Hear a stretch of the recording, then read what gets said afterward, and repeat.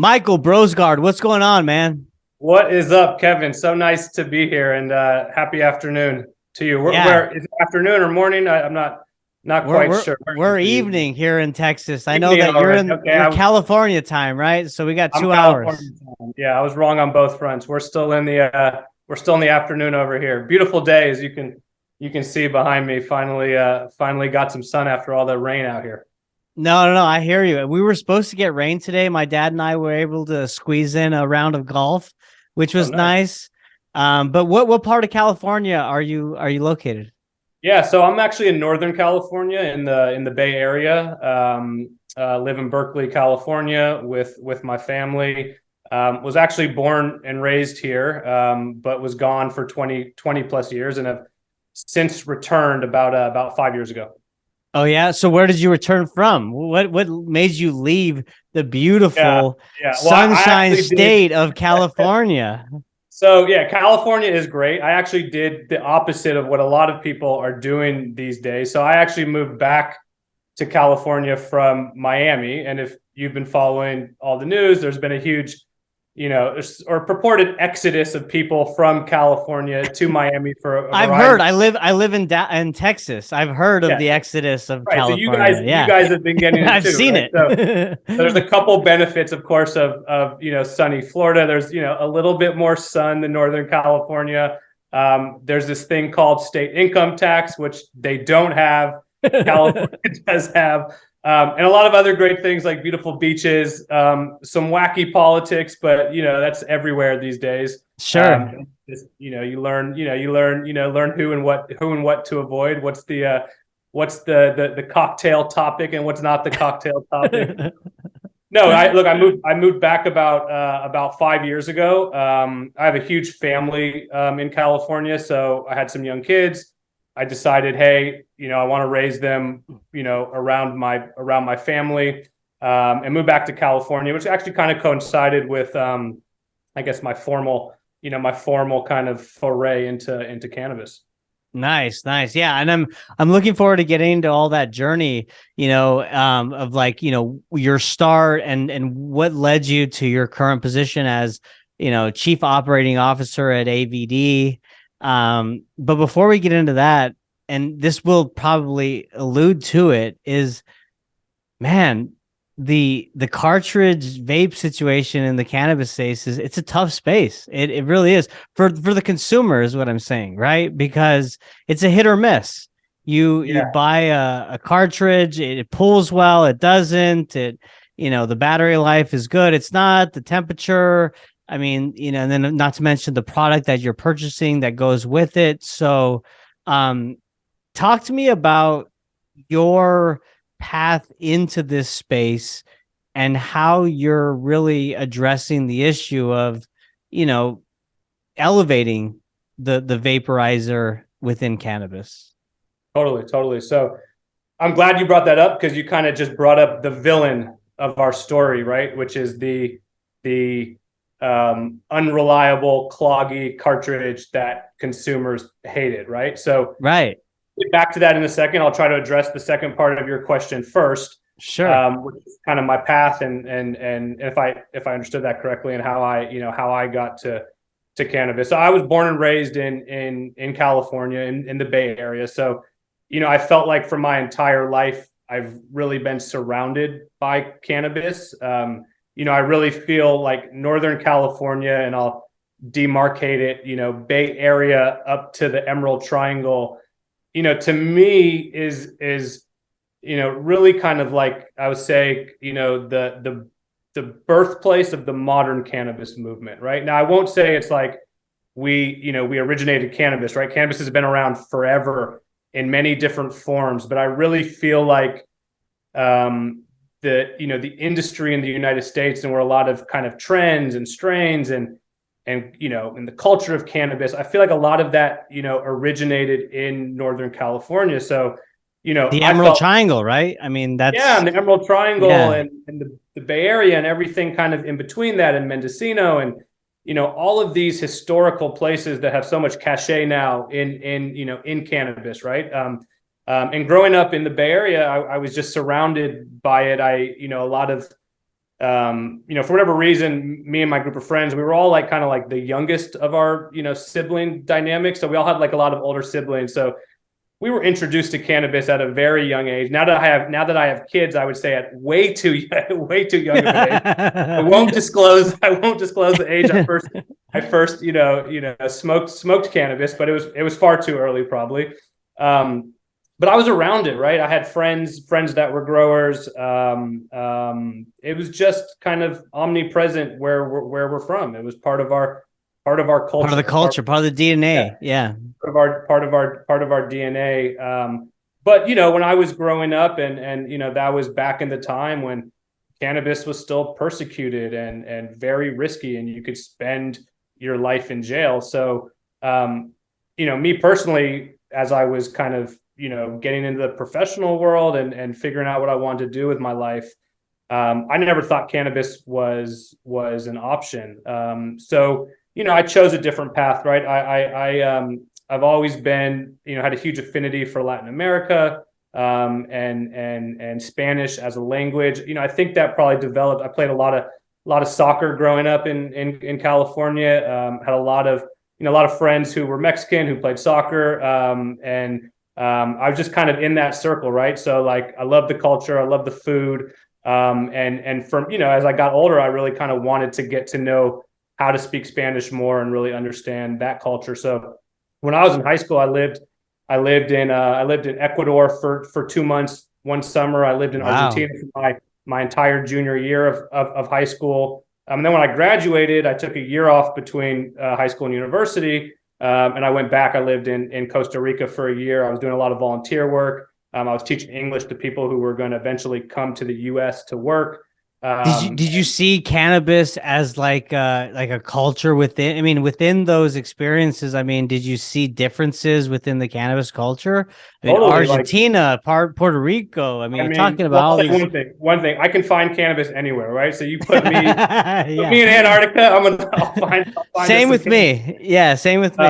It's funny. I was just in Mexico like a couple of weeks or like a month ago on a family vacation, and like we all got in. I have 4 different families that were going, and like, we're going to Punta Mita. We arrive in Puerto Vallarta. It was like a drive to Punta Mita, and within like 20 minutes, I bought an ounce of weed, right? And like I show up at the house, and I'm the savior, right? Everyone's like, "How quick did you do that?" I was like, "Hey, I got my ways, all right." So, right. So no, look, and it's a great question you ask, right? Because where I was from, it was so accepted, right? And then when I went and I lived in Argentina, I quickly realized that cannabis was thought of entirely different than how I thought of it, and then how it was accepted in especially California, more so the States. I mean, I was on an exchange program. I lived with a family. They literally thought that cannabis was like, as bad as cocaine or as bad as like, methamphetamines. It was like they just lumped it together, right? So for me, it was just like that was like such a shock, right? I was like, how is this possible? This is a medicine. This is an herb. This is coming from California, which was so mature of a market. Yeah, I get it. Yeah. So look, I've seen the differences, but as everywhere, that's changed dramatically, right? Like, Argentina has a thriving cannabis industry now, still a little opaque, right? Like where it stands. Brazil, Uruguay, Colombia. So Latin America has entirely changed. It's actually funny. I was in Spain for Cannabis just a month ago, and I was expecting there to be like there was a ton of excitement about Europe, but there was a lot of international players who were also very excited about Latin America, which for me is great, right? Because I'm just like that's 2 of my passions colliding, and we have a bunch of clients down in Latin America as well. So right. But to try to just go back a little bit more to your question, very interested in Latin America. Went to school in DC for international affairs. Specialized in Latin American affairs. When I graduated, I got a great opportunity to move down to Miami for a job in finance, doing capital introduction in Latin America. I ended up staying at that job for almost 11 years, which I very kind of unheard of now in this day and age. But it was a great experience. Traveled a ton. Was taking Latin Americans all over the world to raise money, and it gave me kind of just a great experience.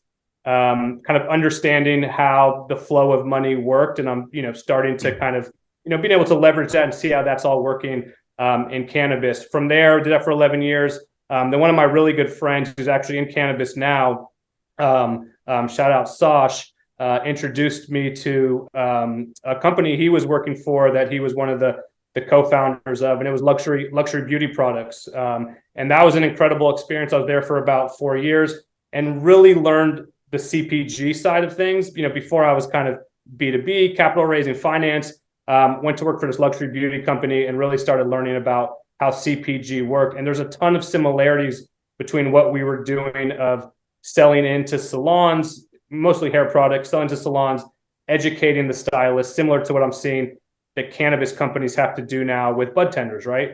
Ultimately, the people that are selling their products with the hair products was stylists, but in cannabis, it's bud tenders, right?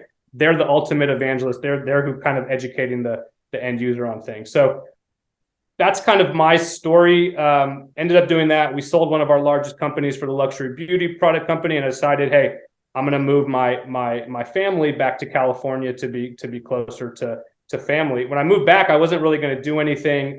I was developing a commercial cannabis project in Humboldt at the time. I'd bought a great piece of land. I was going to do kind of this mega in Humboldt. So that, Humboldt, I mean, that's I was going to do this mega post-processing center, right? Not cultivation. I was going to do a place to make value added products. And in that process, I was reaching out to people to raise money. One of the people I reached out to was Troy Dayton at Arcview. I contacted Troy and I said, hey, I'm doing this project looking to raise money. At the time, Arcview was like the creme de la creme of capital raising, incredible company, connected a lot of young opportunities with money. So I was attracted to that, and he said, great, I can help you with that. But I was like, I think you can help me with something. We need a lot of help on sales and marketing. What are you doing? You're moving back. Would you consider working with us? And I didn't really want a job at the time. I wanted to come back. I wanted to get in, see what was going on. But I said, hey, you know what? This is actually a fantastic opportunity. I love cannabis. I'm doing this project in Humboldt. Maybe this is a great opportunity to meet people. So, Troy and I came together, accepted the job, and ended up being at Arcview for about 11 or 12 months. In about month 9 at Arcview, I met Alex Kwan, who's one of the co-founders and CEO of AVD.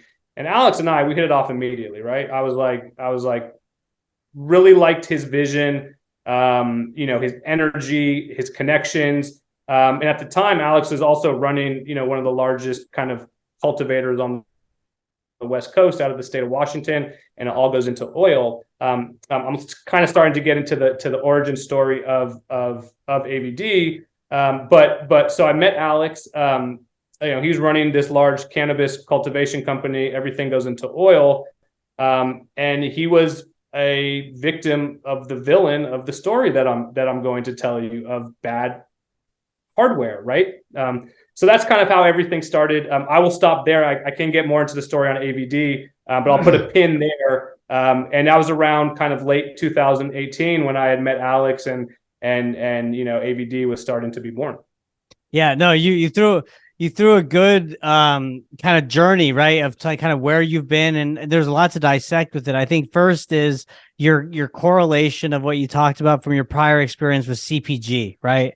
I think that we're seeing cannabis, especially in the legal cannabis market, really trend toward the CPG model. And I think that that's really what most are predicting of where legal cannabis will land. So, sounds like you have a lot of experience in that aspect, and then the stars aligned, right? I mean, you were able to get your footing in Humboldt County, and then make that connection with Arcview, which really, had a real footing in terms of the investor side of raising capital for various emerging, startups within cannabis. So, I guess I want to ask you, what was your light bulb moment? I mean, we talked about it at the beginning. The vape sector of cannabis is struggling, right? There's not really a defined leader. It's a hit or miss when you buy a vape cartridge, because you don't know if it's going to pull well, if the product within the cartridge is good. So, I mean, after, leaving Arcview, when did the light bulb moment happen where, hey, AVP, right, is the answer to this issue? AVP, excuse me. Yeah. AVD. Yep. Yeah. So look, I think it kind of happened. Well, it's funny. It's a good question, right? Because like when I look back on it, and I was going through like my decision making process of, should I, continue with Arcview, or should I kind of really, explore this opportunity? I look back and I was like, I didn't know anything about like the space at the, at the time, like anything, right? You learn a lot once you get into it. But to me, it was simple, right? It was twofold. One, I just, Alex and I just immediately hit it off, right? And I was like, this is someone that I can see myself working with.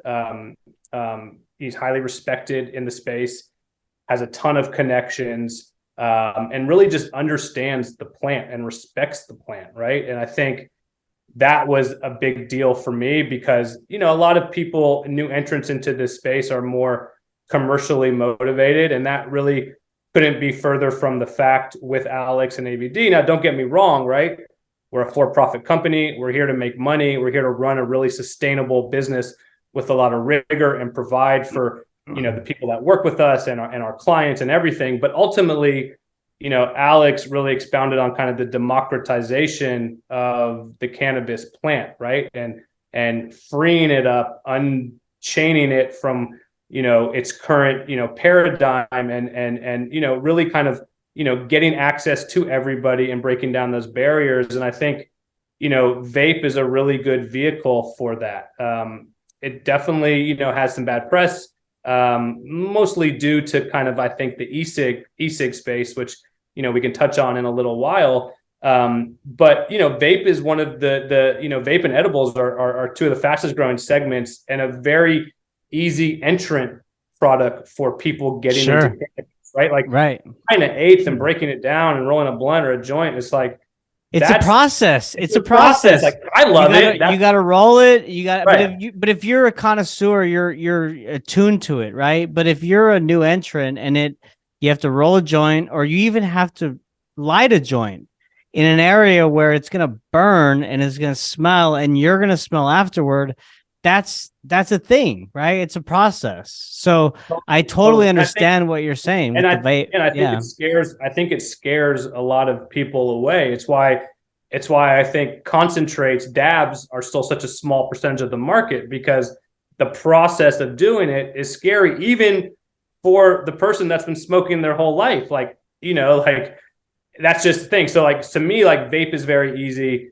It's also much easier to control how high you get, right? Like, edibles are an easy thing because you just eat an edible, but edibles, they affect everyone so differently, right? You can, a 10 milligram will affect me and make me very, very high. And then, like, I know people that can eat 50 and like still operate, right? Like, I have 20 milligrams. I'm like crawling on the floor saying, where's the hospital? With like my shirt over my head or something. Everyone's been there, right? Everyone has that brownie story. Sure. But vape doesn't have that, right? Like, vape, you can control. You take a hit, you feel how it feels. You take one big hit and you're too high, and you're like, okay, that's it. I'm done. But it's not. But it's done after like 10 or 15 minutes, right? So for new people, it's great. And it's also, just to your point about how the industry is going CPG, like, well, vape products are a great CPG product, right? It's an actual device. It's like a product, like a pre-roll or something, like something that you can use like easily just after buying it, right? Like, as opposed to like bulk flower or an eighth, there's still stuff that you have to do. You got to put it in a pipe. You got to roll a joint. Right. So if you saw the way that the industry, and just any industry, develops, then you could easily kind of understand, well, like, vape is a player, it's growing, and it's here to stay for those, for the reasons that we just discussed. Yeah, no, I totally agree. I'm a big fan of the vape segment. Obviously, I mean, flower is my preference. For the kind of the OG consumers of the space, right? But it's always nice to have a vape pen that you can just hit on the go or whatever you need, and not make the big fuss, right? Of like smelling and all that. So I totally get it. So I want to get back to what you were talking about, of the conflict of like, the stigma when it comes to e-cigs, and then the vape market. And let's talk about the vape gate, right? Vape gate of 2019. So tell me how AVD was affected, if any at all, with the vape crisis, and how y'all pivoted, and where you're got where you're at today. I mean, that was a big black eye in the industry, wasn't it? Yeah, it was. It was. It actually, funny enough, it's a great question. Funny enough, it actually had the reverse effect on our business. So AVD has always been known for consumer safety, right? It's always been kind of one of the core tenets of our business. I think early on, because we're we're not just commercially motivated. We respect the plant. We respect the people who use the plant. It's never been okay for us to put a product on the market that wasn't ultimately safe for the end user. And I think the vape industry has always been plagued by that, right? Because well, for one thing, the vape industry is very young. Like the global vape industry as a product, right? Sure. Vape has not been around less than 5 years. We're talking about vape and cannabis, probably 8-9 years old, e-cig 15, 16, 17. So very, in the the terms of the world or other industries, very young, right? So one thing for us was always consumer safety, and that was, at that time, we were really known for that, because that was one of the issues, one of the villains that we were trying to address, one of the problems we were trying to address. So when VapeGate hit, there was actually a flight to safety, and a lot of people came to AVD during that time. So whereas I think a lot of factories weren't true, a lot of vape companies did poor because they weren't passing, California Cat 3 regulations or other heavy metal testing. We were way ahead of that curve. We knew that was coming down the pike, and our products were safe for the end user. So when VapeGate happened, a lot of companies were like, oh, they really gave a second thought, and they were like, oh, is this really cheap product that I'm buying, directly from this kind of shady, factory in China? Is this really what I want to put my brand on, right? And I think a lot of companies realized very quickly that the answer was no. Let's find a product that is safe and does pass all these tests. So we were there, and when that happened, a lot of people came to us. So it was actually kind of like a boon to our business in a weird way. Now, overall, it did kind of hurt the perception of vape, and that is one of the headwinds that we have been battling, and that we always will battle. And it's part of the reason why we're doing a ton on kind of going further down that chain and really trying to understand what happens to oil when it's heated, when it's aerosolized. I would say we're probably one of the leaders in the space in terms of trying to understand that, doing studies, and really kind of with an intense focus on the efficacy and safety of these products. Because again, the industry is a lot bigger and more developed now, right? Like if you're a big brand, you can't risk buying a product that might be laden with heavy metals or something else that might make the end user sick, right? So there's big business now at play, but ultimately, it's always just been about creating really clean products. And you might be asking yourself, I might be taking your follow-up question here, but you're like, oh, that's interesting, but like, how do you guys do that, right? And that's really the story of AVD, is that we're not just a distributor of products, right? We're not just buying products from a Chinese factory and reselling them. We are the manufacturer, right? We are a vertically integrated company that's gone all the way upstream into our raw material supply chain, and we have JVs and we have investments, and we work very closely with our raw material suppliers, and have standards that we've set that ultimately we hope the entire industry will adopt, right? We truly believe that rising tides lift all boats, right? It's not good if another company has an issue with a cartridge and there's a recall or something. That's not good for anybody, right? So we've put a lot of focus into our raw material supply chain, going upstream, partnerships, and trying to set the standards. What should the parts per million be on this alloy? What should this be? What are the okay heating elements? And again, the industry is very young, so there's a lot of innovation that's happening very fast, and we're at the forefront of that. Yeah, I mean, you read my mind. That I do want to dive deeper into, like, AVD's differentiator. So, Yeah. what are some of the standards that you mentioned that you've set, and what sets you apart from, the traditional Chinese manufactured vape that we're seeing circulate, within the industry? Yeah.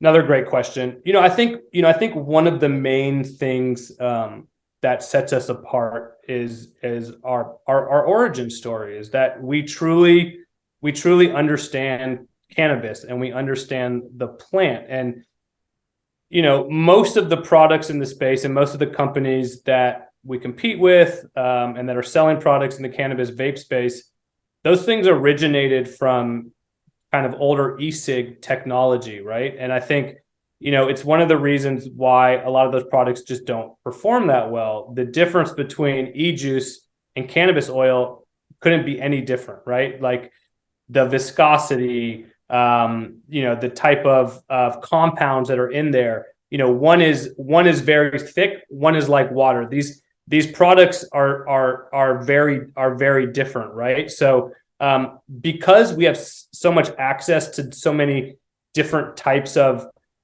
extracts from your distillate, your CO2s, your live resins, your rosins, your diamonds, we're really able to kind of use all of those different extracts and tailor our products to best be used with them. So it's not a one size fits all industry either. Like the difference between distillate and rosin, there's a huge difference, right, in the types of compounds and cannabinoids that are in there, and at what temperature do they heat, and what happens there, and then how do you prevent clogging, how do you prevent leaking, and everything there. So all of our products they're made for cannabis, and that's a big difference, right? A lot of the Chinese factories are primarily e-cig factories. So I'll give you an example. C-Cell, no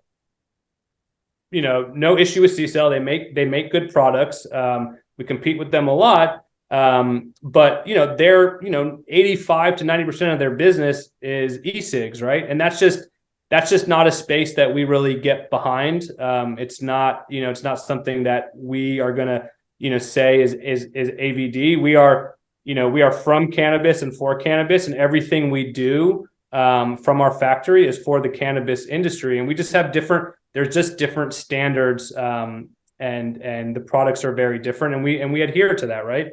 So that I think that's one of the main differences. Now, when it comes to your question about standards, we're doing a lot of work on there, and we're involved with ASTM, which is like a standard setting organization. We're doing a lot of work there. So trying to come up and work together with everyone from the industry, right? Not just AVD saying this is the way it should be. We're trying to work with the extractors, the growers, everyone who has the companies, everyone who has a stake in this industry, to try to understand these are what the standards should be. But a lot of them are kind of like, what are the type of heating elements you should be using? What type of plastic can you use? What type of ceramic should you be using? How many parts per million of certain types of metals can be in our alloy? Like, these are the type of things that we're studying and setting internal standards, and hopefully eventually that we have standards for the industry, right? Because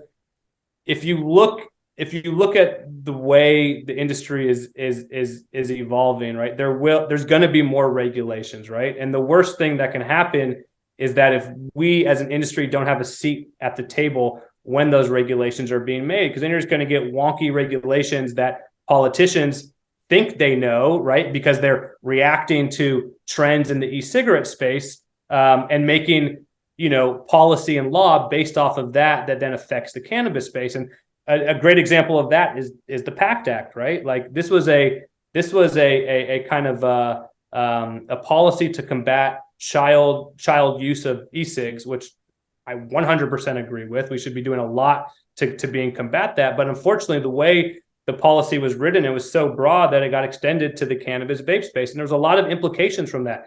How companies can ship products, state tax issues, and so on and so on. And that was an unintended consequence, likely, of not having a proper seat at the table, right? So, but to have a seat at the table, you need to do the work. You need to do the hard work, right? And that's what we're doing now, and we're building on that, and we're doing more tests. We're doing talk studies.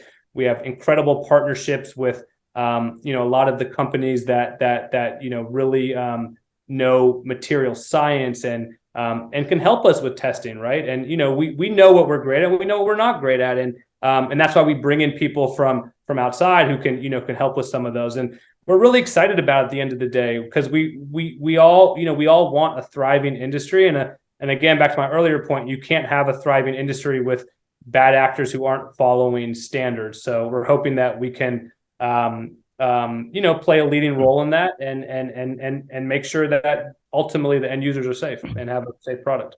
Yeah. What you touched on earlier is a really big differentiator, and that is being vertically integrated.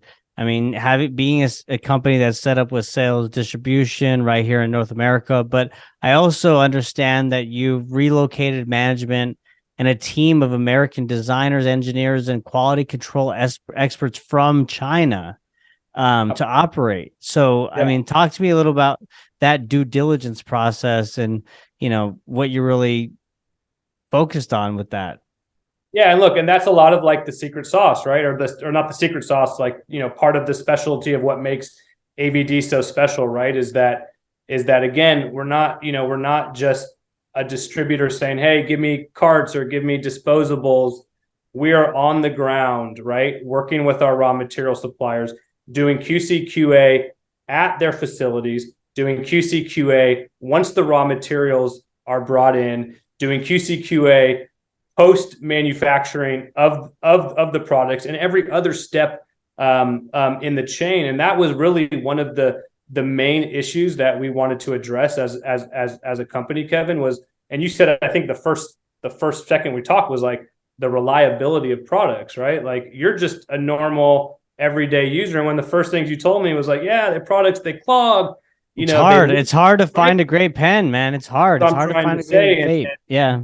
And partly why is because, unfortunately, you live in Texas, right? And this is also what happens, right? You're not in a state where there's regulated products. So, I don't know, point being is that that is one of the problems that we addressed initially, was the reliability of the products.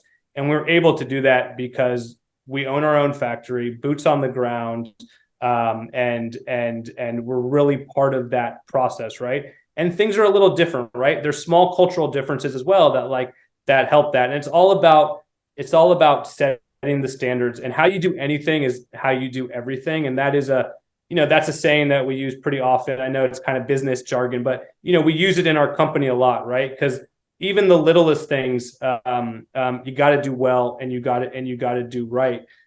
So having designers in China, having our QC QA team there, having boots on the ground, it helps to make very reliable products. It also speeds up the innovation timeline. When you don't have that, you're sending products to the States, you're testing them, providing feedback, you're sending them back. So we're able to cut down on that a lot, which helps us also get products out to market a lot quicker. Sure. Well, Michael, as we wrap up, I want to ask you, I mean, what is AVD focused on? We're in March of 2023, right? Like, what are you guys focused on for this year and beyond? Yeah, look, ultimately it's helping our clients scale, and just, get better at what they do. I talked about the villain earlier being kind of leaky, unreliable products, overpriced, bad service. The hero, the antithesis to that, is our clients, right? Our client partners, because they're ultimately the ones that need to scale, need to be able to provide reliable products to people like you, Kevin, right? Like, and they're the hero, right? And we're just helping them on their mission. We have a relentless focus on the customer, and I think anyone you talk to that deals and does business with AVD, they'll tell you we know the industry incredibly well. We know the plant, we know extracts, we know hardware, and we know how to put all of those things together. And it's not a one size fit all industry. And there are things that we have to solve with our clients. And one of the things that we've put a big focus on as well at AVD is automation and really kind of helping our clients get better at the filling and capping and packaging aspect of things. And we continue to innovate in that space. Our easy click product, which is our primary cartridge product, saved a lot of our partners a ton of money in labor cost and time just by doing some simple innovations, right? And we're really proud of those things. But look, ultimately, it's continuing to innovate. We really think that we are one of the leaders in IP in this space. So when it comes to that, right, it's kind of like when it comes to IP, it's protect, create, and commercialize, right? And because this industry is so young, there's a lot of work that needs to be done in that space, and there's a lot of challenges and fights that have happened, that are happening, and will happen. But we need to make products that are protected and that our clients can ultimately scale with multiple states, multiple countries, and you really need that IP protection, right? Like you never want to release a product with a large client and then 2 months later you see that same product, being sold to another customer, right? So we need those protections, and we need to continue to innovate. But at the end of the day, all of that is great, but it's really just a focus on our clients. And part of the issue in this space is that you're just bad service, right? Like, people don't know how to truly kind of like serve and be of service. So we take that very seriously. And we're just making sure our clients have products when they say they need them. We deliver on time and we do what we say we're going to do. And doing those things has, I think, really kind of, engendered the trust of our clients. And ultimately, when you're in a B2B space, really anything in life, it's about trust, right? There's going to be problems from time to time. It's how you deal with them, right? But knowing that you are going to be able to get the product to your clients on time, where they need them, that's what they really care about at the end of the day, right? Because they're trying to run a sustainable business as well, right? So we're trying to organize our business with a lot of rigor, financial discipline, supply chain management, and then able to kind of help extend that to our clients so that they can also run, a well-oiled machine. And that's ultimately what it's all about. And hey, in that process, have a lot of fun, right? Like we don't take ourselves too seriously. We like to have a lot of fun, and we like to have fun with our clients, and just enjoy the journey that we're all on together. Because I think we'll all look back to this time 10 years from now, 15 years from now, and be like, man, those were the good. And this at an early stage, and we were figuring it out, and it was early, and it was tough, and it was hard, and we were in the trenches. But it's the journey, right? It's not the pot of gold at the end of the rainbow. It's the process to get there. No one ever on their deathbed said they wish they had more money, right? They said, hey, I wish I think about the people who I impacted, the people who love me. And we just try to kind of relate that back to business and our relationships with our clients. Yeah, the experience, the differentiator, like you mentioned, with your IP, the brand loyalty, right, of gaining trust. I mean, all that is important, and it's beautiful that y'all are focused on that at AVD. So I really appreciate, Michael, you coming on today and sharing, what the company's about, your journey to where you're at today as COO of the company. Is there anything that you want to leave the audience with before we wrap up? No, look, I think